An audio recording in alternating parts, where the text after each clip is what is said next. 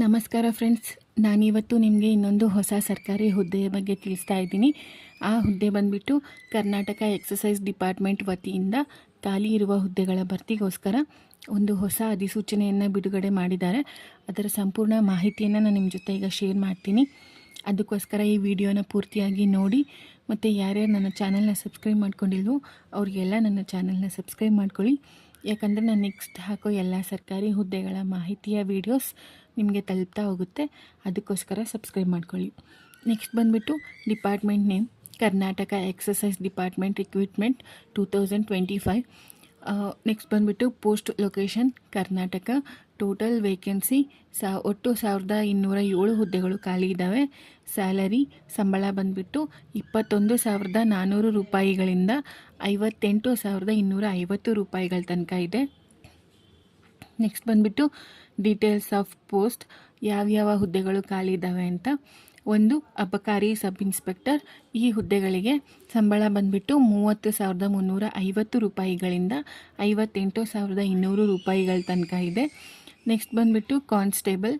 ಈ ಹುದ್ದೆಗಳಿಗೆ ಸಂಬಳ ಬಂದುಬಿಟ್ಟು 21,400 ರೂಪಾಯಿಗಳಿಂದ 42,000 ರೂಪಾಯಿಗಳ ತನಕನೂ ಇದೆ. ನೆಕ್ಸ್ಟ್ ಬಂದುಬಿಟ್ಟು age limit to apply for this post. ಈ ಹುದ್ದೆಗಳಿಗೆ ಅರ್ಜಿ ಸಲ್ಲಿಸಬೇಕು ಅಂದರೆ ವಯೋಮಿತಿ ಏನಿರಬೇಕು ಅಂತ. ಈ ನೇಮಕಾತಿ ಪ್ರಕಾರ ಅಭ್ಯರ್ಥಿಗಳ ವಯಸ್ಸು ಕನಿಷ್ಠ 18 ವರ್ಷ ಆಗಿರಬೇಕು ಮತ್ತು ಗರಿಷ್ಠ 35 ವರ್ಷ ಮೀರಿರಬಾರದು. ವಯೋಮಿತಿ ಸಡಿಲಿಕೆ ಕೂಡ ಇರುತ್ತದೆ. ಅಂದರೆ 18 ವರ್ಷದಿಂದ 35 ವರ್ಷದ ಒಳಗಿರೋ ಆಸಕ್ತ ಅಭ್ಯರ್ಥಿಗಳು ಈ ಹುದ್ದೆಗಳಿಗೆ ಅರ್ಜಿಯನ್ನು ಸಲ್ಲಿಸ್ಬೋದಾಗಿದೆ. ಮತ್ತು ಯಾರ್ಯಾರಿಗೆ ಕ್ಯಾಸ್ಟ್ ವೈಸ್ ಮತ್ತು ಫಿಸಿಕಲಿ ಹ್ಯಾಂಡಿಕ್ಯಾಪ್ಟ್ ಆಗಿರ್ಬೋದು ಅವರಿಗೆ ವಯೋಮಿತಿ ಸಡಿಲಿಕೆಯನ್ನು ಕೂಡ ಕೊಟ್ಟಿದ್ದಾರೆ. ಅದನ್ನು ನೋಟಿಫಿಕೇಷನಲ್ಲಿ ನೋಡ್ಕೋಬೇಕಾಗುತ್ತೆ. ನೆಕ್ಸ್ಟ್ ಬಂದುಬಿಟ್ಟು qualification required for this post.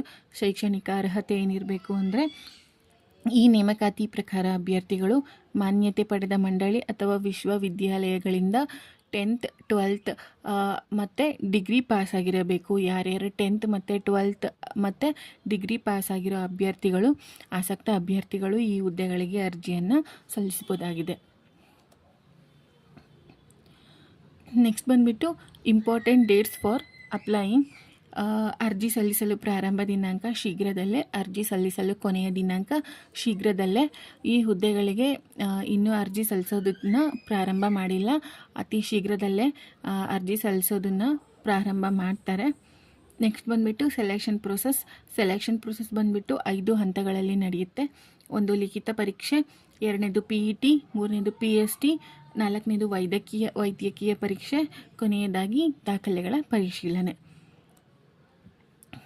Next ಬಂದುಬಿಟ್ಟು ಹೆಚ್ಚಿನ ಮಾಹಿತಿಗಾಗಿ ಕರ್ನಾಟಕ ಅಬಕಾರಿ ಇಲಾಖೆಯ ಅಧಿಕೃತ ವೆಬ್ಸೈಟ್ ಅಂದರೆ state.exercise.karnataka.gov.in ಈ ವೆಬ್ಸೈಟ್ಗೆ ಭೇಟಿ ನೀಡಿದರೆ ಅದರಲ್ಲಿ ನೋಟಿಫಿಕೇಷನ್ ಇರುತ್ತೆ, ಅದನ್ನು ನೋಡ್ಕೋಬೋದು.